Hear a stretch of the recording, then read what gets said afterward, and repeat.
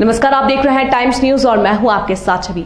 आइए नजर डालते हैं कुछ खास खबरों पर। 12 जुलाई 2021 का दिन इंदौर के अलग अलग थाना क्षेत्रों में रहने वाले दो परिवार कभी नहीं भूल पाएंगे। दरअसल 12 जुलाई को ही एक 13 वर्षीय 9वीं की छात्रा को 12वीं में पढ़ने वाले 17 वर्षीय छात्र ने अपहरण कर लिया था। इसके बाद लड़के की गुमशुदगी का मामला तुकोगंज थाना और मासूम बेटी की गुमशुदगी का मामला MIG पुलिस के पास आया था। पुलिस के लिए एक चुनौती थी क्योंकि मामला हाई प्रोफाइल परिवार से जुड़ा था। पुलिस ने अपनी कई टाइम दोनों बच्चों को खोजने में लगाई और आखिरकार चंडीगढ़ के पास से दोनों नाबालिग छात्र छात्रा को अपनी अभिरक्षा में लेकर इंदौर पहुंचे। दरअसल सत्य साई स्कूल में पढ़ने वाली 13 साल की मासूम ने जब परिजनों को अपने गुम होने की कहानी बताई तो सबके होश उड़ गए, क्योंकि गुम हुई बेटी ने परिजनों को बताया कि उसका अपहरण किया गया था, न कि वो अपनी मर्जी से नाबालिग छात्र के साथ गई थी।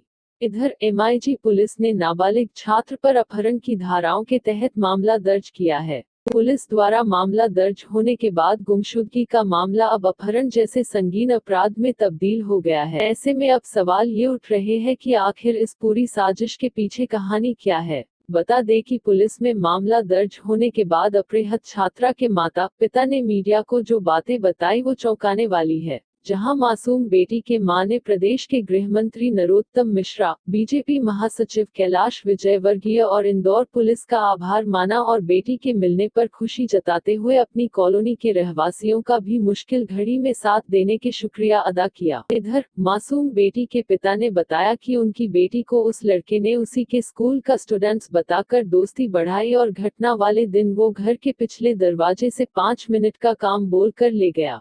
के बाद आरोपी छात्र ने उनकी बेटी को रिक्शा में बिठाकर खुद का व उनकी बेटी का मोबाइल बंद कर दिया। मासूम बेटी ने परिवार को बताया कि देवास में पैसे न होने के चलते छात्र ने सिम निकालकर उसका मोबाइल बेच दिया। मासूम के पिता के अनुसार इसके बाद छात्र उनकी बेटी को उज्जैन ले गया, जहां से वो जयपुर पहुंचे और वहां छात्र ने अपना लैपटॉप बेचा। इसके बाद दिल्ली पहुंचकर उनकी बेटी को छात्र ने धमकाते हुए कहा कि अपने परिजनों को फोन लगाकर बोलो कि मैं अपनी मर्जी से उसके साथ आई हूं। इधर इस बीच पुलिस की इन्वेस्टिगेशन जारी थी और पुलिस लोकेशन ट्रेस कर बेटी के परिजनों के साथ दोनों का पीछा कर रही थी। आखिरकार जब वो चंडीगढ़ के करीब थे तब पुलिस उनके पास पहुंची और बेटी को उनके परिजनों को सौंप दिया। बेटी के पिता की माने तो छात्र का चरित्र ठीक नहीं है और संभवतः उसके माता पिता या कोई अन्य इस योजना में शामिल होगा।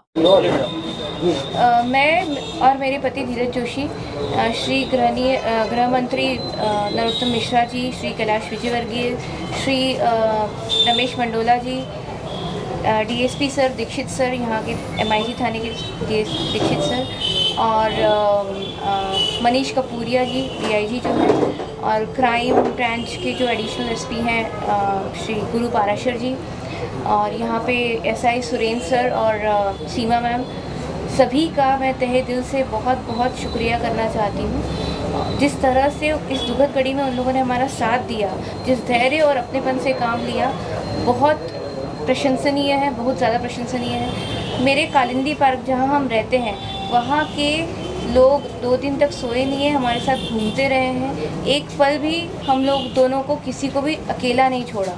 कम से कम 15 से 20 लोग जमा रहते थे मेरे साथ और काफ़ी लोग इनके साथ, तो उन्होंने भी कंधे से कंधे मिलाकर हम लोग का साथ दिया। इसमें आपको कोई मानना है कि आगे कोई और कार्रवाई होना चाहिए? देखिए, मैं अभी इस बारे में कुछ भी नहीं बोल सकती। अभी हमने कुछ सोचा ही नहीं, क्योंकि हम उस स्टेट ऑफ माइंड में आए ही नहीं। अभी तो हम बच्ची को संभाल रहे हैं बस, कि वो ये चीज़ें बस किस तरह से सब कुछ भूल जाए। जैसे भी मेरा बच्चा इस सदमे से निकल जाए, क्योंकि वो भी अभी बहुत डरा हुआ है मेरा बच्चा। बस मैं भगवान से दुआ करता हूँ कि आगे कभी भी इस तरह की घटना जो मेरे साथ हुई है वो किसी साथ ना कर सके, बच्ची के साथ बस वो किसी और के साथ ना कर सके, यही प्रयास करता हूँ सर भगवान। दिनांक 12/7 को सूचना मिली थी कि बच्ची लापता हो गई है। उस संबंध में जैसा कि वैधानिक प्रावधान है, एक अपहरण का केस कायम किया गया था। उसके बाद लगातार ढूंढा गया था, तो ये भी सूचना मिली थी कि एक बालक भी गायब है। तो ये कंफर्म हो गया था कि दोनों साथ में गए हैं। उसके आधार पर लगातार हमारे द्वारा सर्च किया गया और हमारे थाने के जो सब इंस्पेक्टर सुरेंद्र हैं उनको और फैमिली के मेंबर्स को उनके साथ किया गया और जो सूचनाएं उनसे प्राप्त हो रही उनको शेयर किया गया। तो धीरे धीरे ये ज्ञात हुआ कि जयपुर गए हैं, देवास गए हैं, देवास होते हुए जयपुर गए हैं।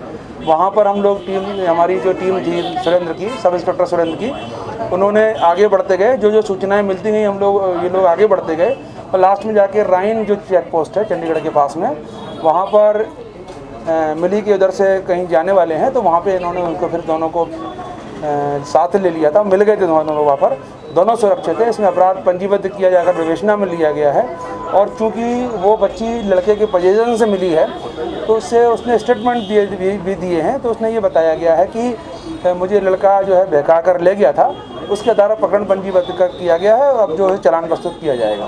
सर, बच्ची के माता पिता ने आशंका व्यक्त की है कि जो लड़का है उसके माता पिता भी इन्वॉल्व हो सकते हैं या कोई और। हाँ, ये मैटर ऑफ इन्वेस्टिगेशन है। जो जो चीज़ें आएंगी सब चीज़ें आप जो डिजिटल एविडेंस होता है, जो जो एविडेंस आएंगे उनके आधार पे हम जो आगे इन्वेस्टिगेशन करेंगे उसमें।